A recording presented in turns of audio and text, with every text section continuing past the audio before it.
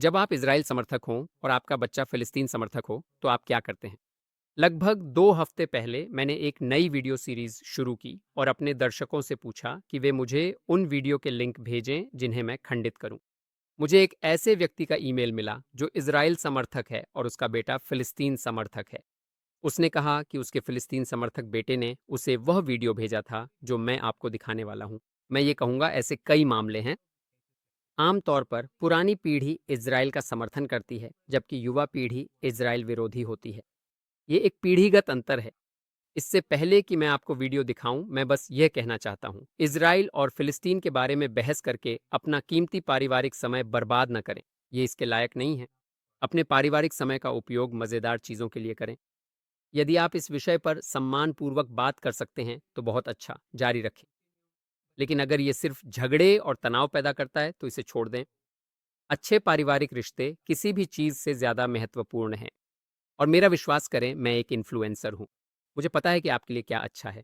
यदि आप एक आदर्श पारिवारिक जीवन के लिए और सुझाव चाहते हैं तो नीचे टिप्पणी करें। लेकिन अब चलिए इस वीडियो को खंडित करना शुरू करते हैं। नमस्कार दोस्तों। आज मैं फिलिस्तीन में चल रही घटनाओं के बारे में बात करना चाहूंगा। अब इस चैनल पर मेरे लिए किसी चल रही घटना के बारे में बात करना बहुत सामान्य नहीं है, लेकिन ईमानदारी से कहूं तो मुझे हाल ही में किसी और चीज पर ध्यान केंद्रित करना मुश्किल लगा है, जिसे मुझे यकीन है कि आप में से बहुत से लोग समझेंगे। तो अपने विचारों में डूबे रहने के बजाय मैं उन्हें आपके साथ साझा करूंगा इस वीडियो में। मुझे वह सटीक बिंदु याद है जब मैंने इजराइल फिलिस्तीन संघर्ष के बारे में गंभीरता से सोचना शुरू किया था। यह 2014 में मध्य पूर्व संवाददाता एलन सेंसन द्वारा ली गई यह तस्वीर थी। इसमें इजरायली नागरिकों का एक समूह गाजा पट्टी को देखते हुए एक पहाड़ी पर बैठा देखा जा सकता है। वे कुर्सियां लेकर आए थे ताकि इजरायली सेना द्वारा ऑपरेशन प्रोटेक्टिव एज के तहत गाजा पर बमबारी करते हुए देख सकें, और बम धमाकों की आवाज सुनकर वे ताली बजा रहे थे। यह ऐसा व्यवहार है जिसे the New York times, ABC, the guardian और अन्य समाचार संगठनों द्वारा प्रलेखित किया गया था। इस बिंदु से पहले इजराइल फिलिस्तीन मुद्दे के बारे में मेरा बहुत ही भोला और सरल विचार था। इजरायली गाजा में नागरिकों पर आईडीएफ द्वारा बमबारी करते हुए देख और जयकार कर रहे हैं। और यह रही तस्वीर। आप इसे कैसे सही ठहराते हैं? इससे पहले कि मैं जवाब दूं, मुझे कहना चाहिए ये वीडियो शॉन नाम के एक ब्रिटिश यूट्यूबर का है। वह वीडियो में खुद को नहीं दिखाते हैं। वो एक वामपंथी हैं। उनके चैनल पर 73 वीडियो हैं। मैं इस बात पर वापस आऊंगा कि यह क्यों महत्वपूर्ण है। और व्यक्तिगत रूप से मैं कहूंगा कि उन्हें सुनना सुखद है। वह बहुत अच्छे बिंदु बनाते हैं। मैंने जिस आखिरी वीडियो का जवाब दिया था वह टेक्सास के एक राजनीतिक विज्ञान के प्रोफेसर का था, और ईमानदारी से कहूं तो उन्होंने जो कहा वह सुनकर शर्मिंदगी हुई। शॉन एक अलग स्तर पर हैं। तो यह तस्वीर क्या है? इसे सदेरोत सिनेमा का उपनाम दिया गया था। यह सदेरोत की एक पहाड़ी पर ली गई थी। इजरायली शहर गाजा के सबसे करीब है। पिछले 20 सालों में गाजा से इस पर हजारों रॉकेट दागे गए हैं। दो बातें समझना जरूरी हैं। जब गाजावासी शहर पर हमला करते हैं तो उनका निशाना नागरिक होते हैं, सैन्य ठिकाने नहीं। उनका लक्ष्य ज्यादा से ज्यादा यहूदियों को मारना है। सदेरोत कोई बस्ती नहीं है। ये 1948 से इसराइल का हिस्सा रहा है। गाजावासियों के लिए बेशक इससे कोई फर्क नहीं पड़ता। उनका लक्ष्य पूरे इसराइल का सफाया करना है। यह समझना महत्वपूर्ण है कि गाजा ने इस शहर पर हजारों रॉकेट दागे हैं जिसका इरादा इजरायली नागरिकों की हत्या करना है। शहर में शायद ही कोई ऐसी गली हो जिस पर हमला ना हुआ हो। और इजराइल के गाजा से हटने के बाद भी एक भी यहूदी को पीछे छोड़े बिना रॉकेट हमले जारी रहे। शहर के किनारे एक पहाड़ी है जहां से आप गाजा देख सकते हैं। वहां से आप इजराइल पर दागे जा रहे रॉकेट और गाजा में आईडीएफ के हवाई हमले दोनों देख सकते हैं। कई समाचार रिपोर्टें उसी पहाड़ी से फिल्माई जाती हैं। क्या यह सबसे सुरक्षित जगह है? नहीं। क्या यह सबसे समझदारी भरा काम है? शायद नहीं।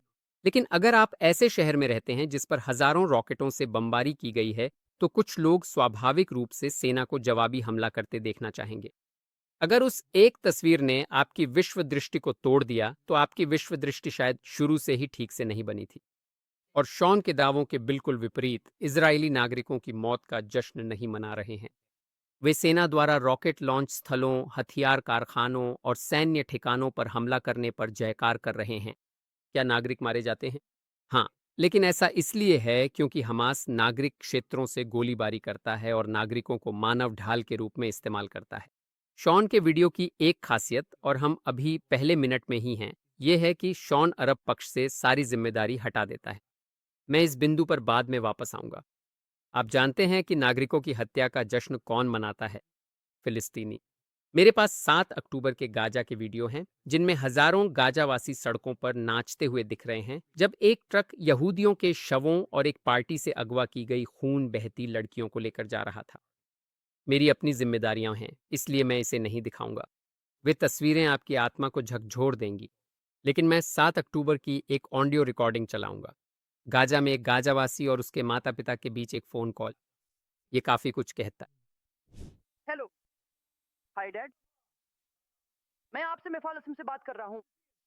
अभी मेरा व्हाट्सएप खोलो और तुम्हें सभी मारे गए लोग दिखेंगे। देखो मैंने अपने हाथों से कितने मारे। तुम्हारे बेटे ने यहूदियों को मारा। ये मिफालसम के अंदर है डैड। भगवान आपकी रक्षा करे। डैड, मैं आपसे एक यहूदी महिला के फोन से बात कर रहा हूँ। मैंने उसे और उसके पति को मार डाला। मैंने अपने हाथों से 10 मारे। डैड, 10 अपने हाथों से। 10 10 अपने हाथों से।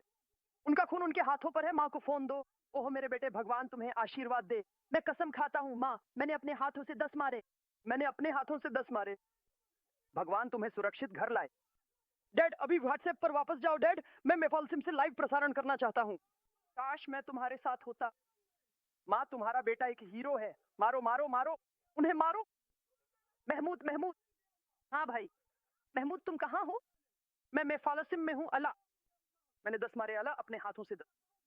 मैं आपसे एक यहूदी के फोन से बात कर रहा हूँ। तुमने 10 मारे? हाँ, मैंने 10 मारे। मैं कसम खाता हूँ। तुम कहाँ हो? जिकिम में। मैं मेफालसिम में हूँ, जिकिम में नहीं। मैं अल्लाह की सुरक्षा और मदद से पहला हूँ। अपना सिर ऊंचा रखो पिता। अपना सिर ऊंचा रखो। अपना सिर ऊंचा रखो पिता। अपना सिर ऊंचा रखो। शहर के अंदर। शहर के अंदर। व्हाट्सएप पर देखो जिन्हें मैंने मारा। मेरा व्हाट्सएप खोलो। वापस आओ, वापस आओ। वापस आने का क्या मतलब? कोई वापसी नहीं, या तो मौत या जीत।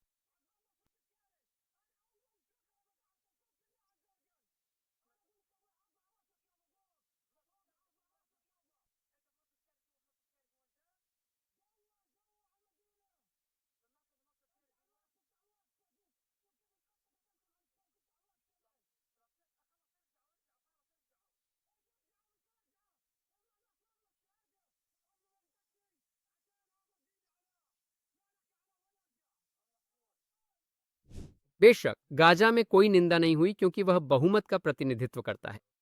आइए देखें कि क्या आपको एक भी ऐसी ऑडियो क्लिप मिलती है जिसमें कोई इजरायली अपने माता पिता को खुशी से फोन करके बताए कि उसने 10 अरब लोगों की हत्या कर दी है, और यहूदी माता पिता उसी तरह की खुशी और उत्साह के साथ जवाब दें, भगवान महान है। मेरा इजराइल फिलिस्तीन मुद्दे के बारे में एक बहुत ही भोला और सरलीकृत दृष्टिकोण था। मुझे लगा कि मैंने इसे दो धार्मिक लोगों के बीच एक संघर्ष के रूप में समझा था, जिनके पास एक ही भूमि क्षेत्र के लिए प्रतिस्पर्धी दावे थे और कभी-कभी एक दूसरे को मार डालते थे। आप संघर्ष के बारे में अपनी समझ में गलत हैं। ये भूमि के एक टुकड़े पर दो धर्मों के बीच का संघर्ष नहीं है, जहां वे कभी कभी एक दूसरे को मार डालते हैं। संघर्ष इसलिए मौजूद है क्योंकि अरब और मुस्लिम दुनिया किसी भी आकार के यहूदी राज्य के अस्तित्व को किसी भी स्थिति में स्वीकार करने से इनकार करती है। यही असली कारण है। यही कारण है कि अरबों ने हर समझौता प्रस्ताव को ना कहा। यही कारण है कि अनिवार्य फिलिस्तीन में अरब नेता 40 के दशक में नाजी जर्मनी में थे। इजराइल की स्थापना से भी पहले इजराइल और अरब देशों में यहूदियों के सफाए का आह्वान कर रहे थे। यही कारण है कि ईरान और यमन इजराइल से हजारों किलोमीटर दूर देश अपनी अनगिनत समस्याओं के बावजूद अभी भी इजराइल के विनाश का आह्वान करते हैं। लेकिन मैं यह भी समझ गया था कि किसी कारण से इजराइल को अच्छे लोग, नैतिक रूप से श्रेष्ठ, मध्य पूर्व में पश्चिम के सहयोगी माना जाता था। यहाँ आप वास्तव में सही हैं। इजराइल अच्छे लोग हैं और इजराइल पश्चिम का सहयोगी है। मैं आपके सभी दावों पर गहराई से विचार करते हुए एक फॉलो अप वीडियो बनाऊंगा। लेकिन सबसे महत्वपूर्ण बात बड़ी तस्वीर है, और आपने इसे छुआ है। पश्चिम के मूल मूल्य क्या हैं? मेरी राय में लोकतंत्र, महिलाओं के अधिकार और अभिव्यक्ति की स्वतंत्रता। और ये वे मूल्य हैं जो आपको इजराइल में मिलेंगे। परीक्षा सरल है। यदि आप मुख्य चौक पर जाकर सरकार और प्रमुख धर्म का विरोध कर सकते हैं, चाहे वह यहूदी धर्म, ईसाई धर्म, इस्लाम या साम्यवाद हो, तो आप पश्चिम का हिस्सा हैं। और जैसा कि जिम मॉरिसन ने कहा, पश्चिम सबसे अच्छा है। लेकिन आपने दिखाया है कि आपको मुस्लिम देशों में वे मूल मूल्य नहीं मिलेंगे। और आप जानते हैं और क्या आपको नहीं मिलेगा? मुस्लिम राज्यों और मुस्लिम समाजों की आलोचना आपके जैसे वामपंथी चैनलों पर। और मुझे लगता है कि यह दिलचस्प है। शॉन के दर्जनों वीडियो में से महिलाओं के अधिकारों, ट्रांसजेंडर अधिकारों, दक्षिणपंथी के खिलाफ, रूढ़िवादी समूहों के खिलाफ वीडियो हैं, लेकिन एक देश के खिलाफ केवल एक वीडियो है। अंदाजा लगाओ कौन सा? बेशक इज़राइल। मैंने वामपंथ और मुस्लिम दुनिया के बीच अजीब संबंध के बारे में एक वीडियो बनाया। मैं इसे नीचे लिंक करूंगा। सतह पर कोई संबंध नहीं होना चाहिए। वामपंथ को समलैंगिक अधिकारों का समर्थन करना चाहिए और आप लगभग किसी भी मुस्लिम देश में लेस्बियन नहीं बनना चाहेंगे। लेकिन वामपंथ और इस्लामी दुनिया को जो जोड़ता है वह है इजराइल के प्रति उनकी साझा नफरत। वामपंथ अपने यहूदी विरोध को छिपाने में बेहतर है क्योंकि वह कथा और भाषा को नियंत्रित करता है। शॉन, जरा सोचिए, अगर आप एक निष्पक्ष और ईमानदार वामपंथी होते तो मध्य पूर्व के बारे में आपके वीडियो एलजीबीटीक्यू अधिकारों या मुस्लिम समाजों में महिलाओं के अधिकारों के बारे में होते। अगर आप युद्ध के बारे में बात करना चाहते तो आप आसानी से मध्य पूर्व में चल रहे सबसे बुरे युद्ध को चुन सकते थे। यमन में युद्ध, जहां एक वास्तविक और गंभीर अकाल है और लाखों लोग पहले ही मर चुके हैं। आप सीरिया में चल रहे युद्ध के बारे में भी बात कर सकते थे, जहां इजरायली गाजा संघर्ष की तुलना में 10 गुना से भी अधिक लोग मारे गए हैं। आप विश्लेषण कर सकते थे कि अरब स्प्रिंग क्यों विफल रहा, या उसके बाद आई इस्लामी सर्दी जिसने पिछले दशक में 1.5 मिलियन लोगों को मार डाला। आप सुन्नी शिया युद्ध पर चर्चा कर सकते थे जिसने हाल के दशकों में 10 लाख से अधिक लोगों की जान ली है। लेकिन आपने इजराइल को चुना। मुझे आपके वीडियो के पहले 2 मिनट का जवाब देने का ही समय मिला है। मेरे पास अभी भी 85 और बाकी हैं। मैं अगले वीडियो में ऐसा करूंगा। अगर आप अभी भी देख रहे हैं तो मुझे लगता है कि यह आपको दिलचस्प लगता है, तो कृपया सदस्यता लें। आपके लिए एक छोटा सा क्लिक मेरे चैनल के लिए 500 मिलियन ग्राहकों की ओर एक बड़ी छलांग। मेरे सभी समर्थकों को धन्यवाद। आप मुझे आगे बढ़ाते रहते हैं। अपने परिवार के साथ कुछ अच्छा समय बिताएं। अगले वीडियो में मिलते हैं। यला बाय।